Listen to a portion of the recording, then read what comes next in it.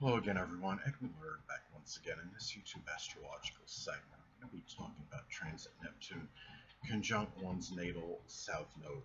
Now, when we're talking about transits that involve Neptune, they can involve dissipation, dissolving, idealism, inspiration, deception, and duplicity.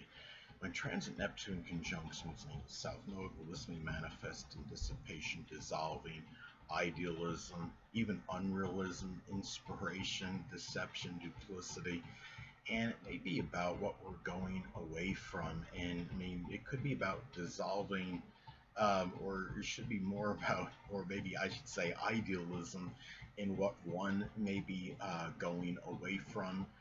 It could be something out of someone's past that you're trying to dissipate or dissolve. It could be maybe somebody that was prominent in your life in your past, but it wasn't maybe to your benefit. The person or the situation wasn't beneficial to you. If it was in Pisces, it might be something where a person might have been addictive, or it may have been somebody that was doing drugs or alcohol, um, something to your detriment. Now, some of you may believe in the past life connection with the South Node.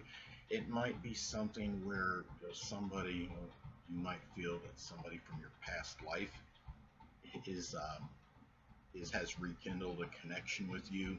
In this one, it could be somebody Neptune related, somebody that was spiritual or somebody connected with the metaphysical, which includes astrology, a poet, a dancer, somebody that simply inspired you. Could have been inspiring you to attain uh, better things in your life, for example. But remember, the South Node is also connected, it could be connected with redundant and overdeveloped qualities. I mean, if this is Aquarius, it might be something where you're trying to dissolve maybe some very overly idiosyncratic behavior or being overly aloof or detached. Um, it can be a situation where you may be more inspired, um, maybe to express that energy as well in some cases. Remember that conjunctions are neutral. They can be good and bad. They could either manifest positively or negatively.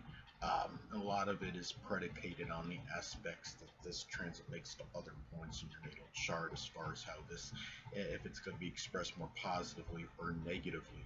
Now, it's also South Node is connected. It could be detrimental.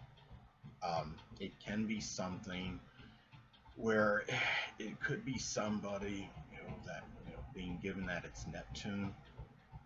Again, it could be going back to somebody that may have been on drugs or something, or an alcohol might be coming back into your life scheme. It might be also about dissolving the qualities that may have been affected you to your detriment at this time. If there was some addictive behavior, I should say, I mean, more in connection with the South Node placement.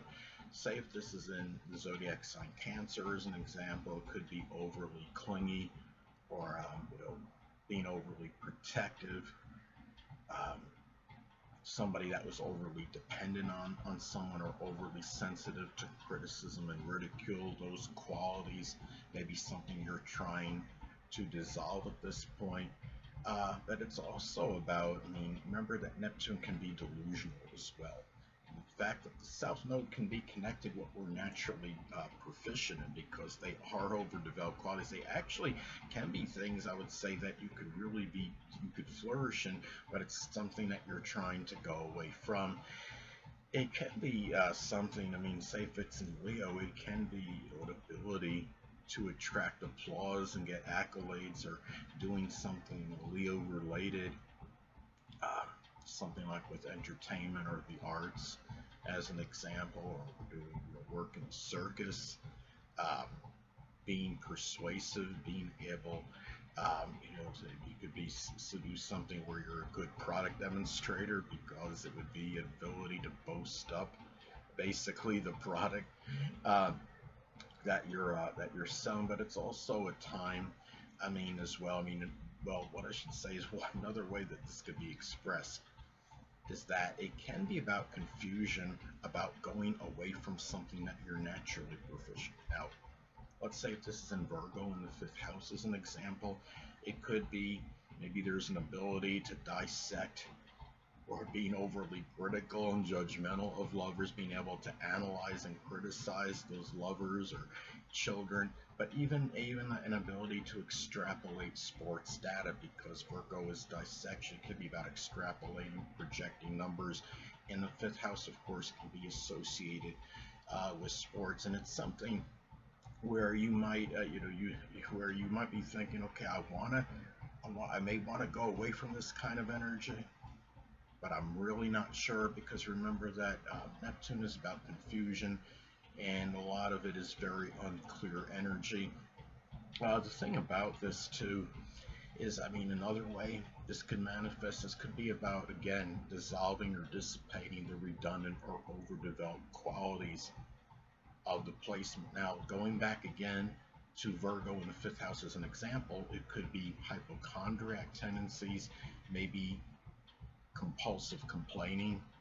It might be a person that just complains about every um, little thing, like the person that, like somebody, I don't know if germophobic is actually the appropriate word anymore, but like, I mean, say if, somebody that is telling someone to spray their shoes with bug spray when they come into the house to make sure there's no bugs on their shoes every time they come in. Because remember, it can be about redundant, overdeveloped qualities. It could also be a time too where this could also be about. I mean, this is a thing too, um, where, I mean, looking at this as well, it can be a Neptune person that might come back into one's life scheme. It could be somebody with a metaphysical or a spiritual person, somebody that was imprisoned or did prison work, somebody who's in chemistry or poetry, dancing. It can be a time too. It could also be um, something to, in some isolated cases, it might be incarceration or imprisonment connected with the negative energy of the South Node placement. Now, let's say if it's in Leo, for example, it could be really for loud, boisterous, unruly behavior, trying to get attention in the worst way, which could be like a crime, could be disorderly misconduct, as an example, overly flamboyant behavior. If it's in Aquarius, it might be for very bizarre, idiosyncratic behavior.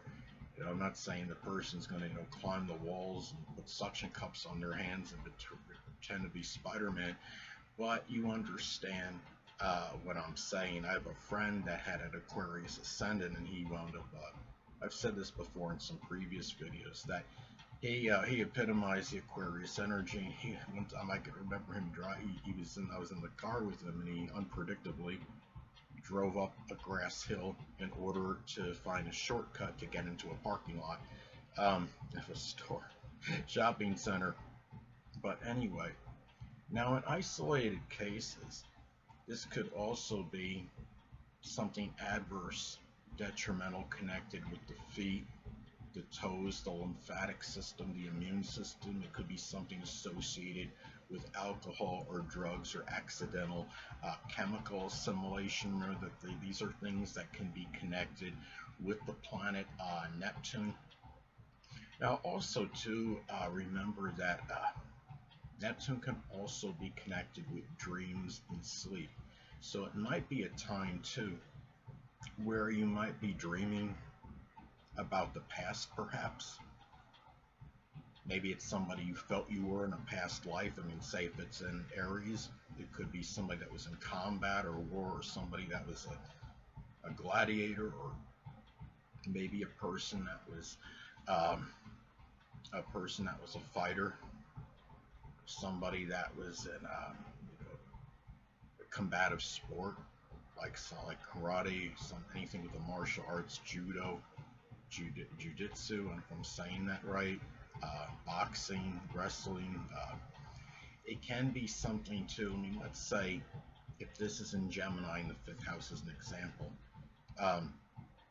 It could be something too where this could be about maybe going dreaming, maybe about, you know, maybe there was a superficial love or enjoyment.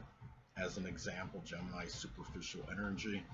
Uh, it can also be about too where you might be trying to escape from the past. Neptune can be connected with escapism and isolation. The South Node is connected with the past. Say if you have this in the 8th house, as an example, it can be maybe a crime, or even the 12th house is connected with imprisonment.